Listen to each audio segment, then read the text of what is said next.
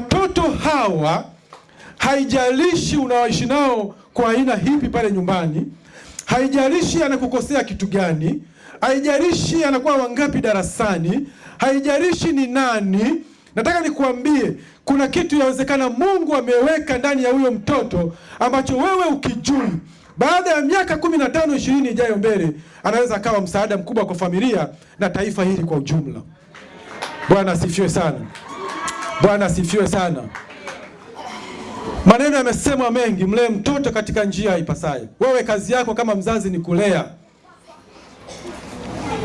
Mfundishe kusali, mfundishe kumheshimu Mungu, mfundishe kuheshimu watu, mfundishe kuheshimu viongozi, mfundishe kuheshimu serikali. Nataka nikwambie utavuna unachokitaka. Watu wengi tunasahau kwamba Mungu anagawa tabia za watu tofauti tofauti kwenye jamii.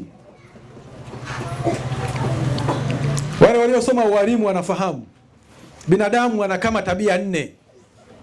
Kuna wengine wanaitwa masangwini, kuna wengine sio wanaitwa nani. Ziko tabia 4. Sasa kuna tabia ya mtu anaweza kuwa ni muongeaji, ni mchangamfu pale nyumbani. Kuna tabia ya mtoto pale nyumbani, unaweza kuwa wewe kwenye mtaa unaoishi unafahamika kwa sababu ya mtoto wako. Ukienda kanisani unaitwa Baba Debora kwa sababu ya Debora. Yaani kale ka Debora kanafahamika mtaa mzima pale. Hata wewe mwenyewe unashangaa, huyu Debora, nasema Debora kwa sababu ni mwanangu mimi. Huyu Debora anafahamika saa ngapi mpaka watu wazima wanamfahamu. Debora unaenda kanisani, Mama Debora ujambo, Baba Debora ujambo, kwa sababu ya huyo mtoto tu uliye naye pale. Lakini kuna mwingine hata kiatu kikiisha hawezi kusema, mpaka baba utakasirika au mama utakasirika. Wewe mbona uzungumzi bwana? Umezubazuba sana. Daftari likiisha hawezi kusema. Hawezi kabisa. Hata ukiwa unaongea unahisi kama vile ya kutizami. Unaweza kahisi kama anakuzama mpaka umuulize mara 2. Bwana umenisikia? Ndio nimekusikia mama. Alafu anazungumza kama hataki. Ni wako. Umepewa huyo na Mungu. Nasema huyu mtoto wangu amechangamka sana huyu. Ila wewe hujachangamka. Ndio hajachangamka, lakini ni mtoto wako. Sasa watu wanasahau kama Mungu anagawa tabia za watu tofauti kwenye familia ili akusaidie wewe mzazi. Sasa wewe unabagua.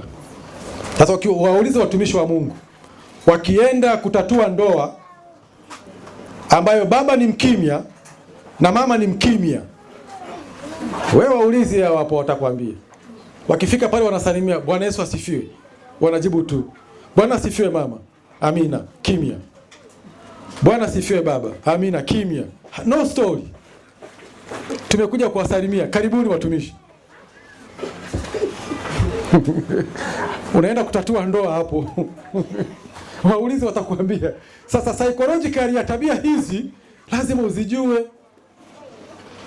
Unaweza kukutana na ndoa nyingine, mama anaongea risali zima ni lawama kwa baba. Akinyamaza na baba anaongea nusu saa. Yaani una risali 1.5 kusikiliza malalamiko ya wanandoa.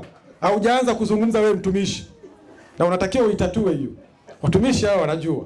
Mungu awabariki sana, maana hao Mungu amewapa neema ya kujua tabia za watu.